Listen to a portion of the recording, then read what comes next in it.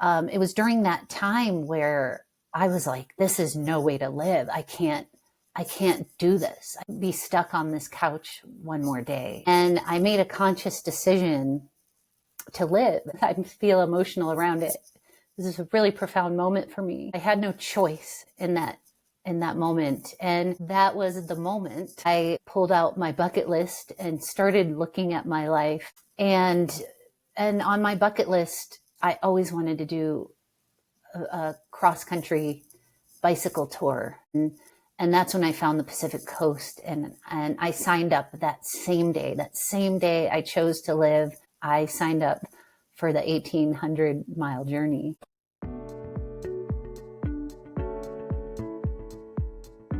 That was the voice of inspirational speaker, memoirist, world traveler, and igniter of dreams, Risa August. And it is my absolute delight to have her on as the guest of this episode of the Page and Stage podcast, where we explore the art and craft of writing and performance. And as always, I'm your host, Jason Cannon.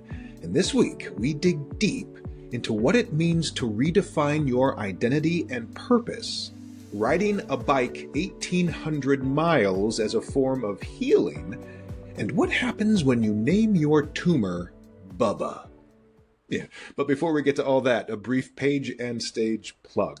This podcast is only one part of my story coaching work. You can check out everything I'm up to over at pageandstage.art, including my other podcast, 100 Plays, my weekly newsletter full of tips, tricks, inspiration, and encouragement for storytellers of all stripes, as well as my one-on-one story coaching packages. Again, that's pageandstage.art. Now, let me tell you a bit more about my awesome guest, Risa August. Here's the thing about Risa. She has been through some incredibly difficult things in her life, but she has transformed those things into stories. As I mentioned, she's an inspirational speaker, self-labeled igniter of dreams, which I just might have to steal. But yeah, what Risa has been through, she ends up being a perfect guest for what I'm up to with all these podcasts and Page and Stage newsletters, story coaching, this project I'm up to, this seeking out of truth and connection between humans. Risa exemplifies that as perfectly as any guest I've had, because she's taking her real life lived experience and she is wrapping them up into stories so she can share them with everyone else. What was great is she reached out to me. I hadn't met her until she reached out, and then I dug into her website and her book, and I encourage you to go check it out. I'll put a link in the show notes, but you'll hear all about her journey, her literal and metaphorical journeys. And yeah, I just really hope that as you listen to our conversation, you will feel like your story matters more than you think it does. Yeah, so here we go with my conversation with Risa August.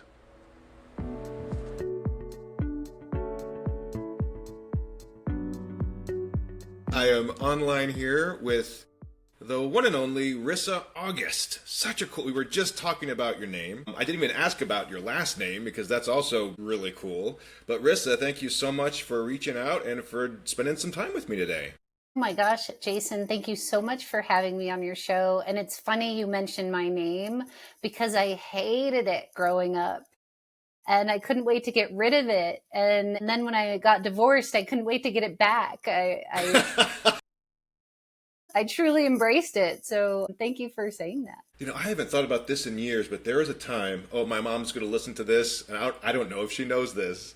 I was around, 6 or 7, and I had a moment, too, of, I don't like the name Jason, and I renamed myself to Chris Cannon. I wrote it on my school papers, like on my Trapper Keeper, that lasted all of 2 days. I love it. I saw the light. Oh my goodness. It sounds like a rock star name, so it's your rock star name. There it is. If I ever join a band. All right, Risa, so this is really exciting. So you are, oh my goodness, there's so many entry points here. Because I did a little digging after you reached out to me, and your book sounds amazing, your life story sounds amazing, but okay, background in business administration and management and event planning and storytelling and writing workshops, which I definitely want to ask you about. But also you're a big time, my dad will love this, long distance cycler. You've done a couple Ironmans, backpacking, hiking, all these incredible outdoor and physically taxing events. And I'm curious, and I don't want to give away too much of your book, so I'll kind of let you lead that. But did all of this physical outdoors activity based living happen before or after your diagnosis? Most of it was before. Okay, so this was already part and parcel of who Rissa was as a human being. Yes. Great. So let's start there then. How did you get bitten by the Ironman cycling bug? Oh, gosh. Specifically Ironman. I went back to college later in life, like in my late 20s. I never quite finished my degree because I had the traveling bug in my early 20s and decided to travel around the world. And so I went back in my late 20s to finally finish up my degree. And I got a part-time job as a lifeguard at a pool. And I remember seeing all these people come in and train, and they were really cute. These guys were really cute too, and they're all muscular and stuff. So, of course, I'm like, oh, what are you training for? And one guy said, oh, a triathlon, you should try it. And he's like, do you run? Do you bike? Do you swim? And I'm like, well, I run and I swim. And he's like, grab a bike and try one. And so I tried it. I tried a sprint distance triathlon and I was hooked after that. Wow. Wow, wow, wow. So let's get into then the transformation you underwent. So again, I'm going to let you kind of lead this because I don't want to give away too much in the book so that people will go buy the book because it looks awesome. I've just read a little chunk. I haven't got through the whole thing yet. But you had a very scary diagnosis come up, and then you took a bike ride from Canada to Mexico as your way of sort of, I guess, coping with the trauma or the fragility of life aspect that suddenly erupted in front of you. Just, this is a long runway for you. What is that story? What happened to you, and then how did you decide to ride this incredibly long ride, and then how did you decide to turn that into a book? Yes, gosh. And so after my first Ironman race, after I completed my first Ironman distance race, I started noticing changes in my body that I couldn't explain. And as an athlete, I was really in tune with my body, and something felt really off. Over a 7-year period, I kept going to doctors, and mind you, I wasn't someone who went to doctors, but I was like, there's something wrong. There's something off. And I kept getting dismissed by doctors. I kept hearing things like, your blood work's fine. You're an athlete. I'm not worried. And it wasn't until after another Ironman race where I finally said, that's it. I wasn't recovering from it. I had such severe headaches. I was hardly sleeping, maybe 2 hours a night. And I finally demanded an MRI. And when I say demanded, I demanded, because the first 2 times I asked, I was told no. And so the third time I demanded. And that's when we discovered a tumor at the base of my brain and a very destructive disease called acromegaly. And I didn't realize it at the time of diagnosis how much my life was going to change, that I was no longer going to be the person I always was. And so I think through the journey through brain surgery and radiation treatment, this bike ride from Canada to Mexico was going to be the thing that proved everyone wrong. Nobody was going to tell me that I couldn't be who I always was. But then that all changed too. Yeah, the twist. Yeah, exactly. That you can't undergo a journey. I mean, it's the hero's journey, right? You can't undergo a journey like that without being altered, or maybe not altered, but being opened up in new ways. Yes, absolutely. And I was resistant at first, if you can't tell. But you go through those stages of grief. I was grieving this loss of my old self, the whole identity I had, because it wasn't just physical. It wasn't that it wasn't just that I would never do an Ironman race again. I was also having some serious cognitive issues. And if you knew me before, I mean, I had my own wedding and event planning company, very successful. I was very detail oriented, organized, and sharp.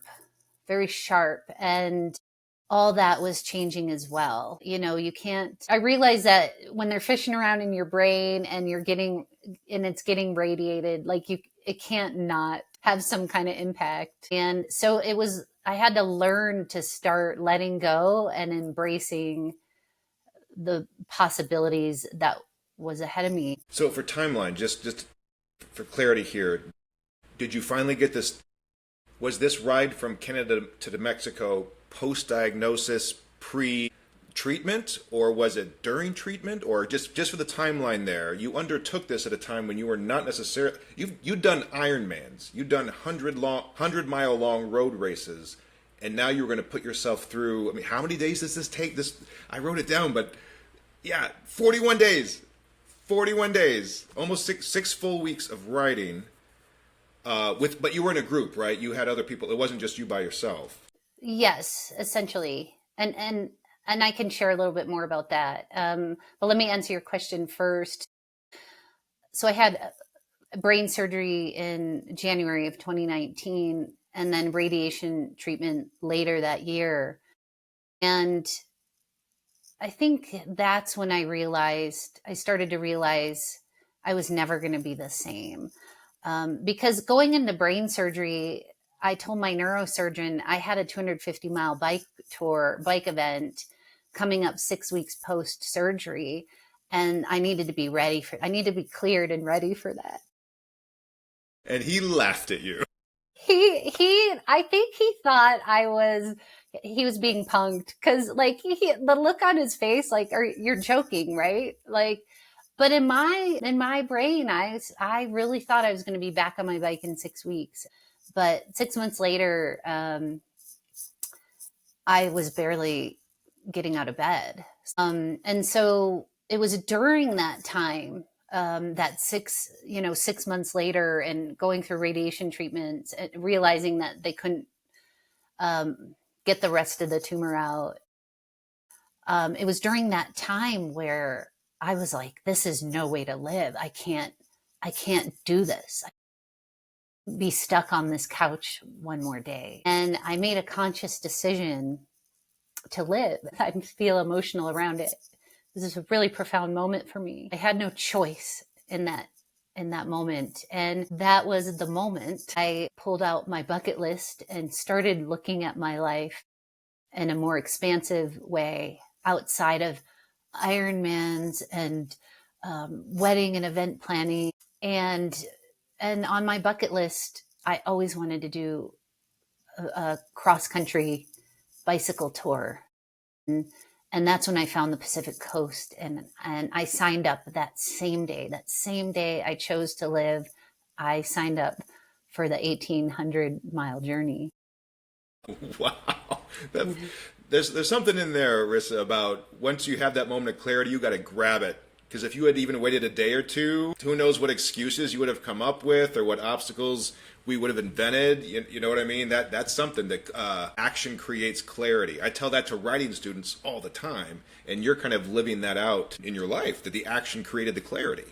Oh, that's spot on, Jason. Yes, because I paused for a moment. I was like, oh, I should ask for the time off work. I should talk to my husband. Like, do I have the money? Like, and then I just again had this moment of, I have a flippin' brain tumor.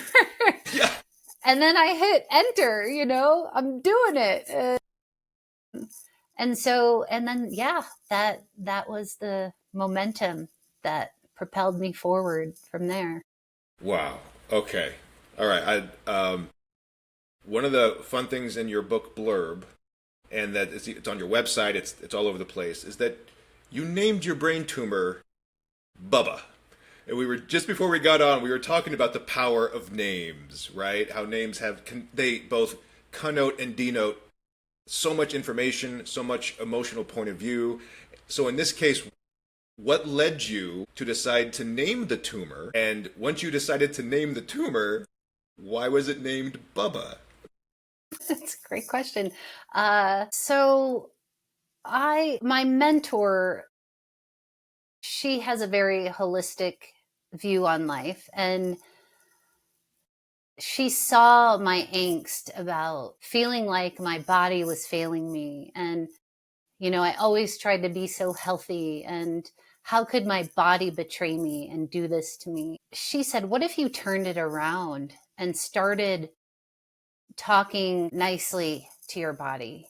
And what if you named your tumor and had conversations and kind of helped your tumor to let go, so to speak, going into brain surgery? And I was like, you're ridiculous. I'm not doing that. Some mentor you are. And then I was driving one day and I just tried it on.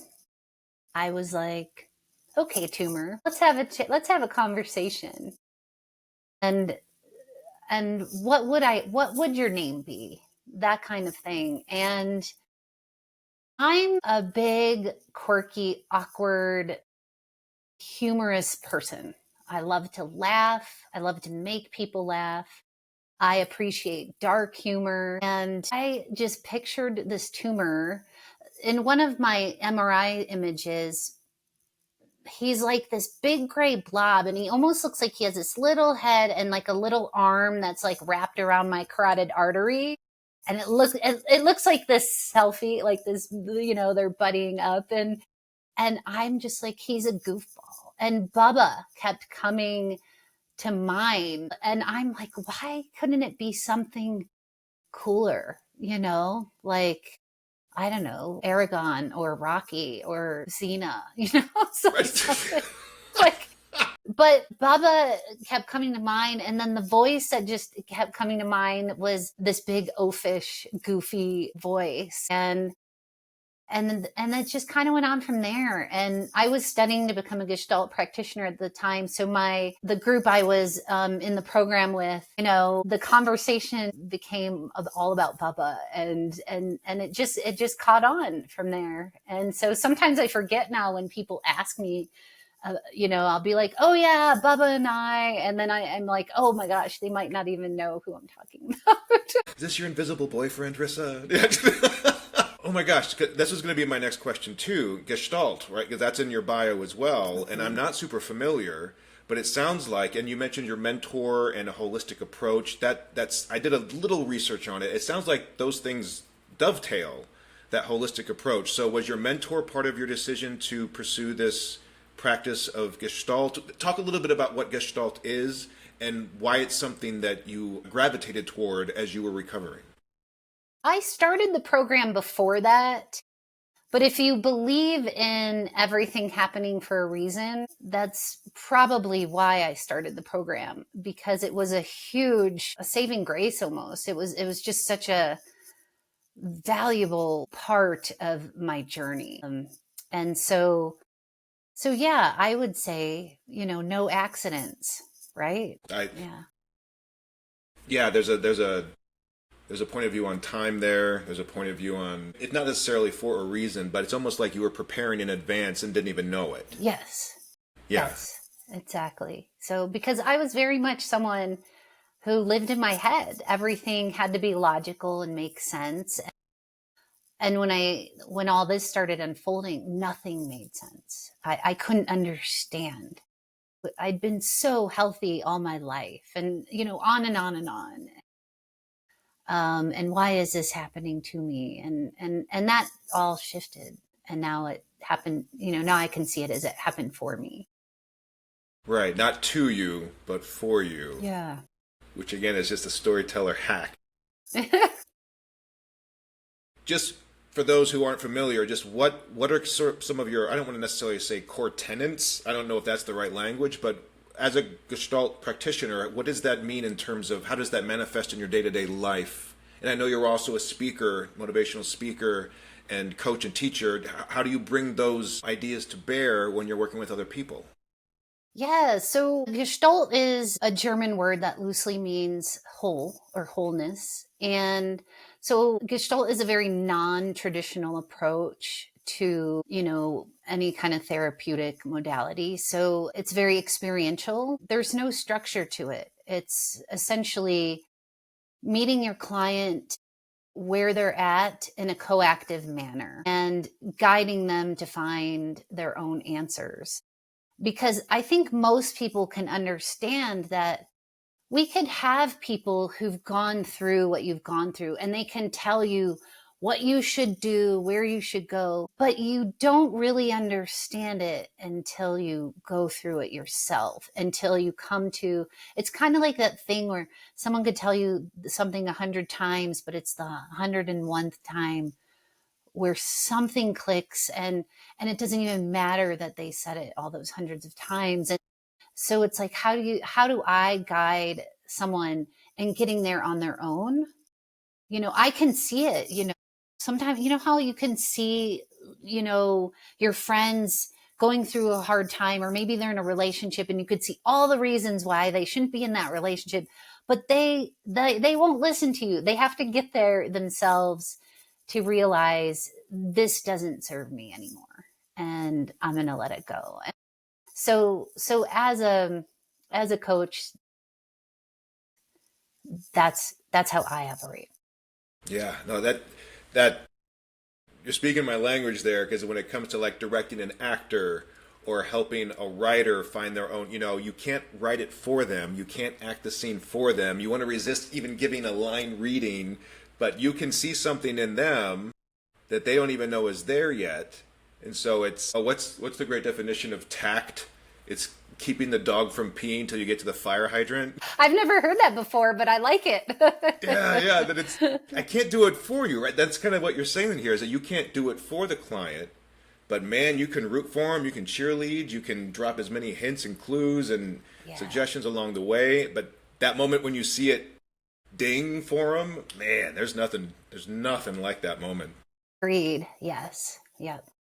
All right, so since I'm pivoting a little bit into the storytelling aspect, you took this experience, and I've seen you've been featured in a ton of magazines, ton of other podcasts, but I only see you as an author of one book so far. So what was that decision like, or was it something suggested to you? How did you decide to take this experience you've been through and turn it into a memoir? Yeah, well, writing a book had actually been on my bucket list for a very long time. And I would start and stop and no, I don't like this, or this sucks. But this was the time. This was the story. This was the time. What do I have to lose? There's so much freedom. This is going to sound maybe a little nuts, but there's so much freedom in getting and receiving a serious diagnosis. Interesting. So I can't fail if I'm living life on my terms, So again, this was the time, and this book has done so well. And like, I actually started my second book before this one was published, but I've been so busy with the promotion of this one. And then I decided to write a screenplay for it. And then suddenly the next book's on the back burner. But I love that this book is doing so well. Like, I love this story. Like, I went from being in knots about putting it out into the world to, I love it. I love my story. And so I'm going to see where it goes. Great. So you were saying you would start, you would stop, you would hit those roadblocks. What did you discover your writing process was? I get these questions all the time about building a practice. What's your process? How do you get from idea to page? So, and everyone's journey seems a little bit different. There are a few, hacks to just basically put your butt in the chair every day, is what it really boils down to. But for Risa, was writing a slog? Was it when you were inspired? Was it every morning at 5:30 a.m.? Was it right after you got off the bike after another ride? What did you discover that your writing process was? Well, I think it's changed since then, but where I started, it was sit down for large chunks of time. This is what I'm doing, and it was because of the way I operate, but I wanted to write it all down, all the details, chronological order, and just have it all on there, like in a Word doc. And then I learned the hard way, always back up your manuscripts. I lost the first one because, yes, I My took, heart hurts so bad for you right now. but it was probably a crappy first draft anyways. They So, all are. They all are. right? So it was okay. But I actually, I had a very small, like a very, what are they called? They're the little small MacBooks. And I took it on my ride with me because I thought I'm going to write and document everything. And I guess we'll say the universe was like, nah, I don't think so. We want you to be in the moment and not do that. And because like, I think on day 2 of writing, my computer was done. It was not happening. So I toted that around 40 more days, but a non-working laptop. But it was a good lesson for me. And so, I sat down again. I was very structured on my first book. But the second time, like this second time around, it has become more when I'm feel inspired and then I write about what I'm inspired to write about. So like, for example, if I'm ruminating about something, then that's what I'm going to go write. Or, my second book is probably going to be a lot of my bicycle ride across northern Spain. And so, so I remember that time. So then I write it all down when I remember that moment. So it's a little different, it's kind of like what I hear parents say when they have kids, like the first one, they're like very rigid and stringent and like, and then they have a second kid and they're like, whatever. Your third book is going to be just like a wild child. Right. Yeah. Yeah. Is some of this writing? Oh, sorry. Go ahead. I'm sorry. Go ahead. I was just gonna say I have been like a guest. I've been a guest author in several other books, but yeah, my next book is the publishing date is to be determined. We don't know. Perfect. Is some of this writing, you mentioned the thing you're ruminating on, or the thing that inspires you that day? Because you have a Substack too. Love Substack. And your Substack is called Livin' apostrophe Unleashed, which that unleashed word reminds me of what you just said about the freedom that comes with receiving a severe diagnosis. And I'm wondering if that's kind of a connection point for you, that there was a piece of you that was unleashed by this diagnosis. We can come back to that. But is some of this writing you're talking about showing up on your Substack? Is that where that sort of goes, or is that a totally different project? Yes, I have I'm trying to fall in love with Substack. It's not that I don't think it's great. I think I'm just like another thing, like another thing. So that's become more of I write when I'm inspired to write. Um, and I also think, and I'm going to admit this, right here on this podcast, On is this that internationally I know, renowned right? Everyone's going to know. I think there's some insecurity about being on a platform that is all brilliant writers. There's like, and so I think there's some kind of like, I don't know if I'd call it insecurity, but like reluctance of like, oh gosh, what do I have to say? Like all these other people are putting amazing things out there, and that pops up in other places in my life too. So but yeah, so that's an unfolding. That my relationship with Substack is an unfolding. That's so interesting. Because what you're touching on there is this universal thing that I deal with so often with clients, with students, is this imposter syndrome thing, and that I deal with myself, right? That sounds like what you're going through. But again, to your point, your experience grants you an expertise that no one else has. Like as soon as Risa August says, "Oh, what do I have to share?" Well, this story is unbelievable, and the way I'm sure you're still learning from your diagnosis and your story and how you are now living in a completely different mindset. See, from the outside, this comes up in memoir classes all the time. From the outside, it's like, who wouldn't want to read that? But it's hard to internalize that for ourselves sometimes, right? Absolutely. I'm facing this right now. I'm practicing my I have a TEDx talk at the end of August, and I'm in it right now. Like that's my every day, all day, getting it memorized. And I'm in that place of how did I get here? there's all these other amazing ideas, and then there's me, and so, and I've wanted to change it a million times and all that. So it is. And just when I think I've like conquered that, it's like, nope, here it is again. Yeah, yeah. I've decided, and I'm actually writing about this right now. I've decided to, kind of like you did with Bubba, that I think imposter syndrome is actually a good thing, because it's the people who are 100% confident that are charlatans, right? That it's either they're hiding an insecurity, or it's all bluster, they're selling you snake oil, but it's the doubt proves that you're doing it with authenticity. I just read this amazing article about Bono and U2, about how just before they were going to release Joshua Tree, epic, huge, gigantic, important piece in rock history, Bono almost pulled it because he was convinced there were too many mistakes.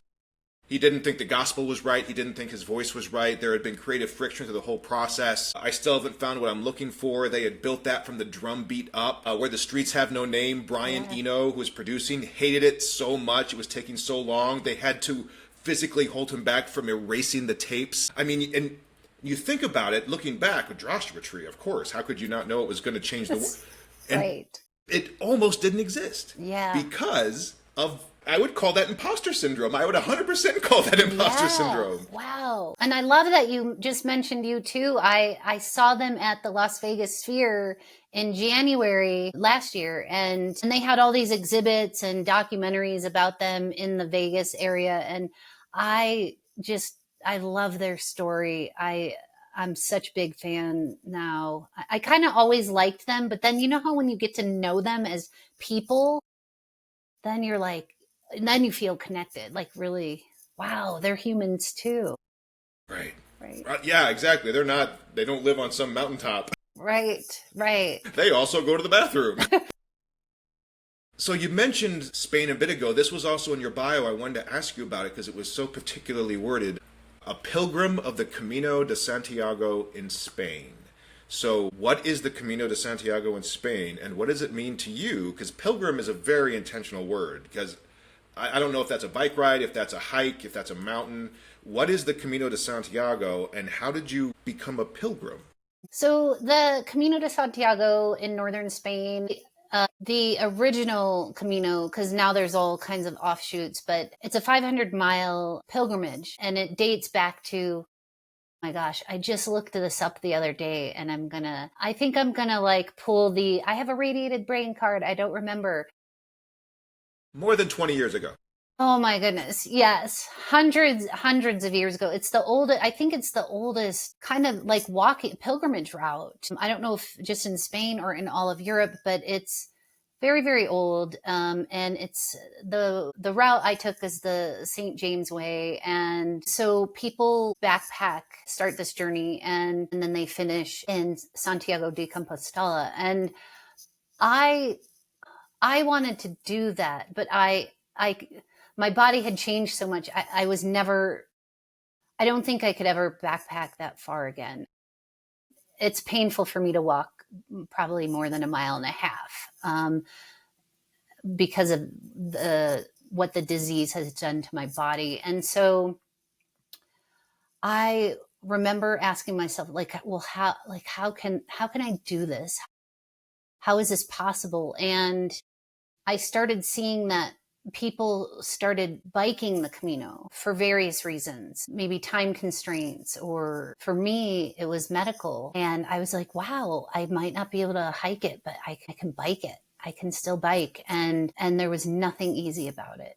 It challenged me on every level, not just physically, emotionally, mentally.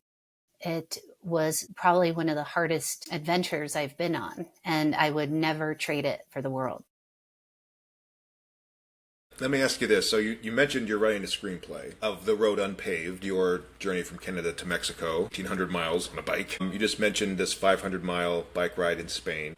Once your story becomes a movie, every movie of this type has that scene where the protagonist is like communing with the moon or God or on a mountaintop, and it's like they have kind of a breakthrough of some sort, whether it's emotional or spiritual. I can only guess that going through these things, you've had those moments where, whether it's whatever your belief system, whether it's something outside you, whether it's another piece of yourself, again, without giving away too much of the plot, describe a moment or two where you had some of those like mountaintop experiences going through these adventures. Gosh. Well, yeah, it'd be difficult to. There was a certain moment on my Pacific Coast route that things shifted for me, and it was a very clear moment, but it was a scary moment, a very scary moment. So I don't want to give that one away. But in Spain, the trip from the start, there one obstacle after another, and a language barrier, and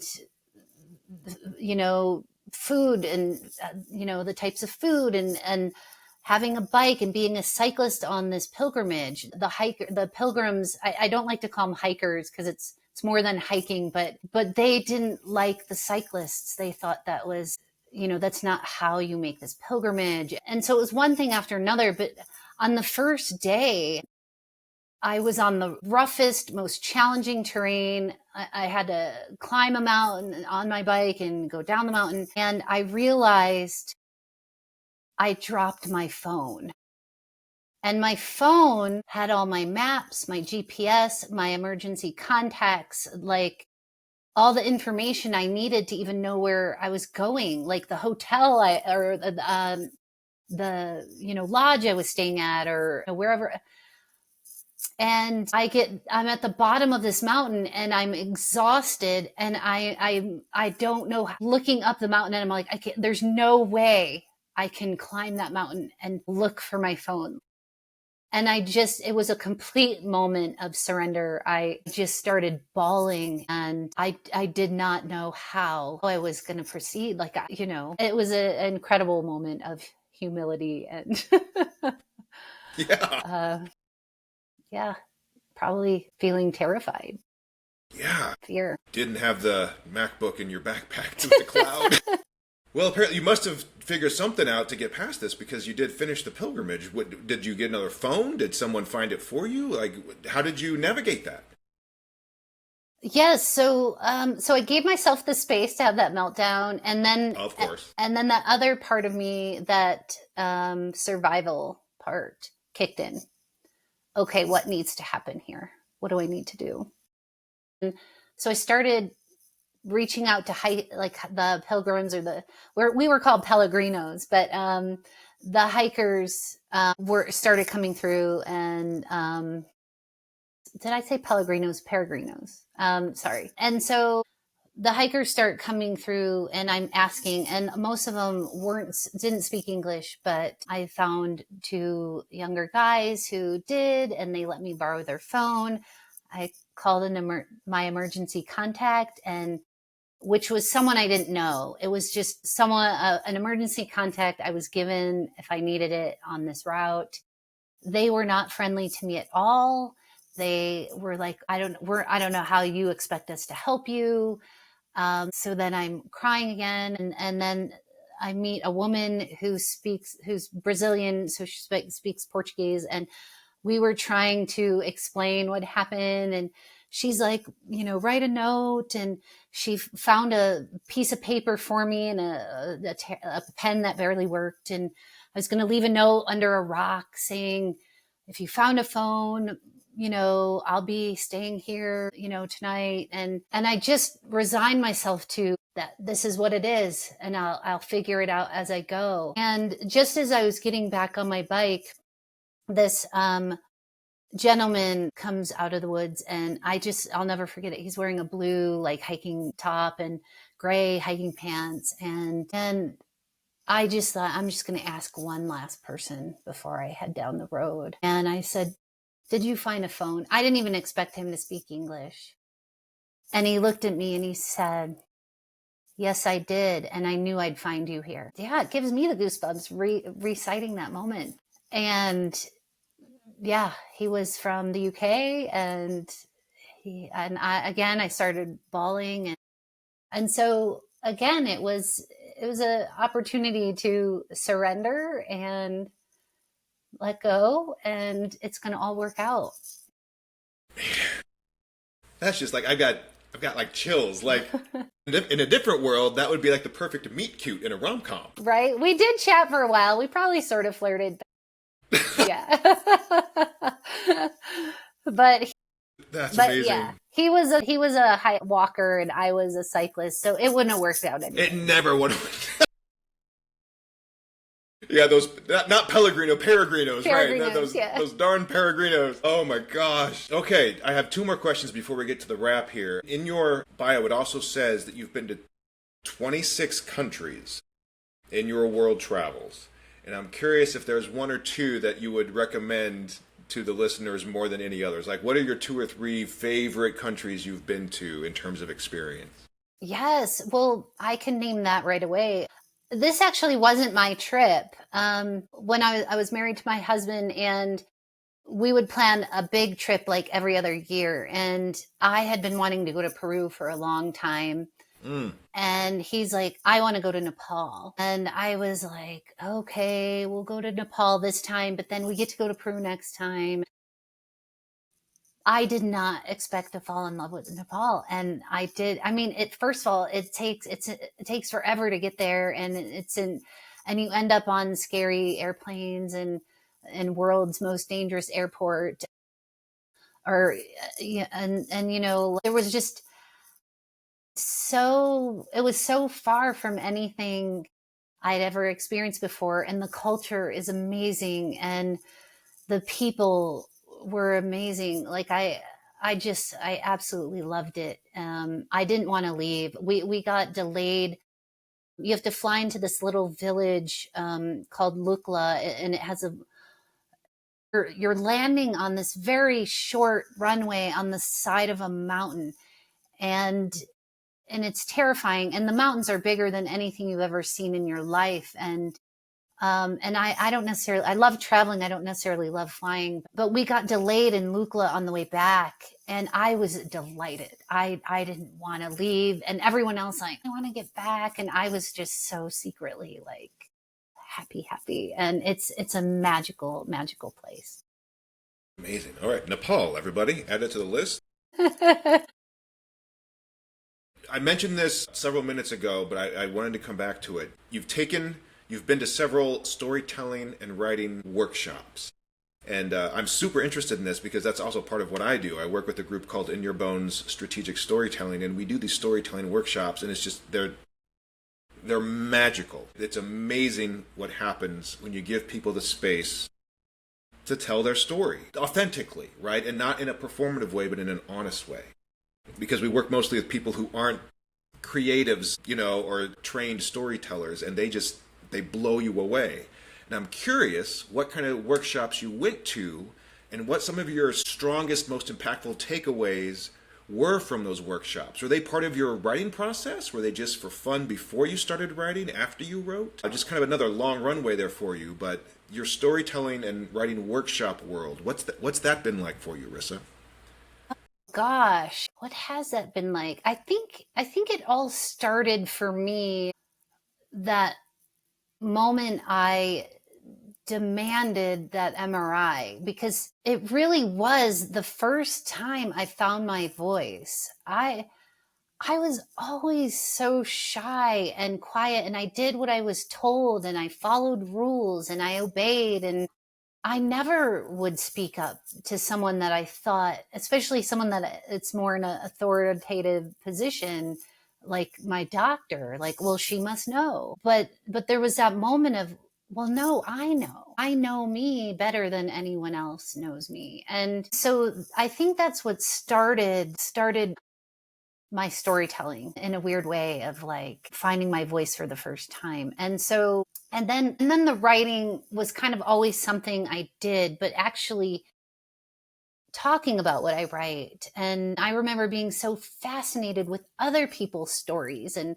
listening to TED Talks and podcasts and like hearing other people's stories. It was just something I was really drawn to. And so then when I started learning, people actually want to hear my story. What? And it's just kind of all, I can't really say it was this definitive thing. It just evolved. And I understood the power of story, the power of mine and the power of others, just the power of story. And that I loved the freedom of getting to do it my way. Cause I think in the beginning I was confused about speaking versus storytelling. So yes.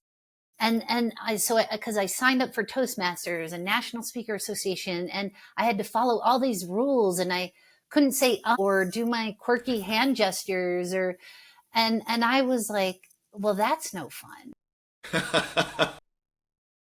And then I remember I signed up for a speaking course, and we had to do this kind of improv. Tell us a story right now, like a funny story. And I told this funny story. I lived in Australia for a year, and I told this funny story about the big spiders that are out there. And I was just so animated, and I had my audience just totally engaged. And I was like, this is it. This is what I love. And it's all because I found my voice. And so then I went on to create workshops called Voice and Story. And I drew inspiration from Native American talking sticks. And I don't know, it's just something I grew really passionate about. And again, not just my own, but hearing others as well. That's so great. Rissa, that's something we talk about too, the distinction between a speaker and a storyteller, especially in this day and age. The way we teach it is that, and this is not to denigrate all speakers everywhere, forever and ever, amen. TED Talks, all this, there's so much value in different modalities of communication. Yes. But often a speaker is there to sell you something, and a storyteller there is there to be in service to you.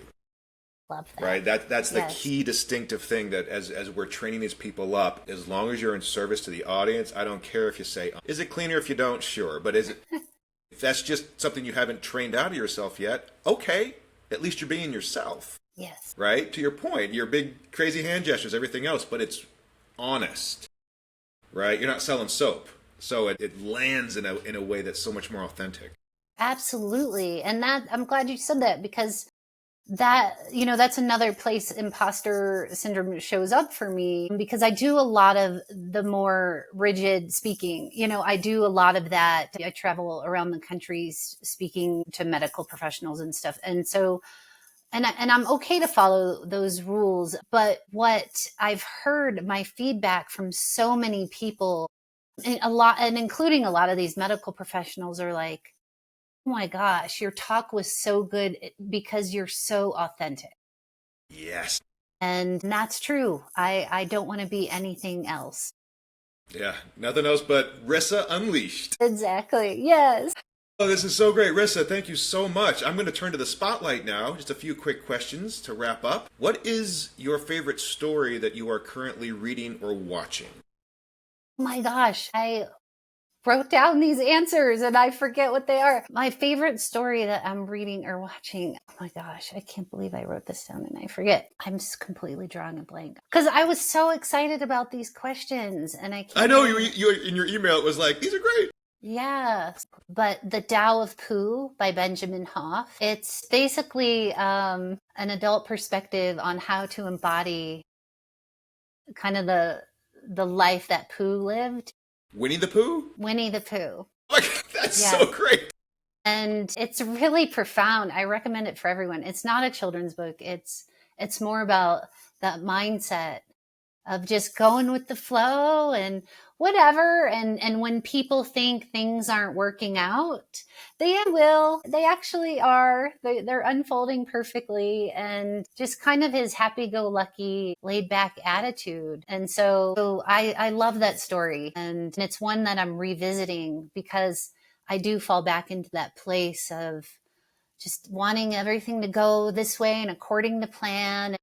But I'm trying to relax a little and allow it to just unfold, and it will. And if you hit a little, wrench in the plan, that's okay. It'll work out another way. Yeah. Who knew Winnie the Pooh was a Gestalt practitioner? Right? I know, right? That's so great.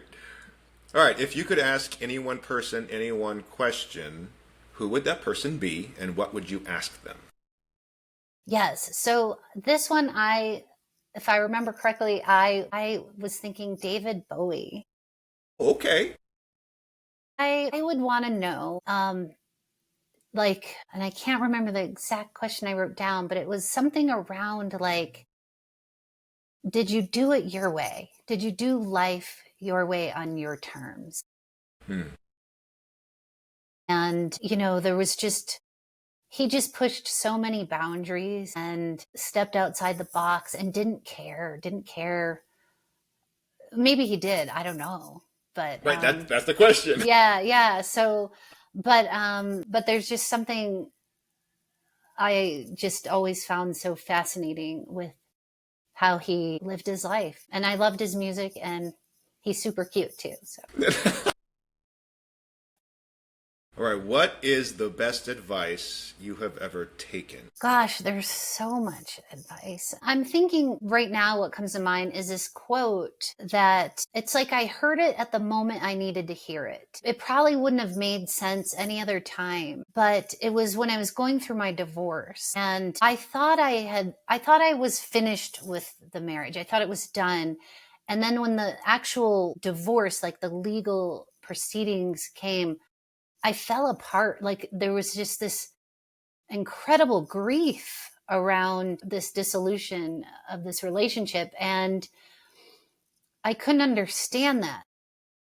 And so there was like, well, then, like, what am I doing? Like, what am I doing? Is this the right decision? And someone said, you can make the right decision and still be sad. And it seems like a simple quote, but at the moment, at that time, it was exactly what I needed to hear. And that was kind of what I needed to hear to help me continue forward in that moment in time. That's really good. Yeah, that's kind of freeing. Again, back to the kind of the whole theme of how you're living now. That just frees you from self-judgment of your feelings. I mean, yeah. Right. And we have such specific ideas of what it should look like. What right is, what wrong is, what good is, what bad is. We just have such almost like rigid thoughts around what it should look like or be. But I don't believe that anymore. Yeah. 100%. All right, Risa. Oh my goodness. Again, thank you so much. Last thing for you here. Where can listeners or viewers find out more about you if they want to get your book or take one of your classes or your TED Talks coming up? What's the best way for them to get in touch with you, follow you, read more about you? Oh my gosh, you can go to my website. That's Risa with one S, Risa August, just like the month.com. And you can find anything and all things Risa there, because despite what my website team might say, I want all the parts of me, spoken for, and represented, I should say. And so, yeah, have fun.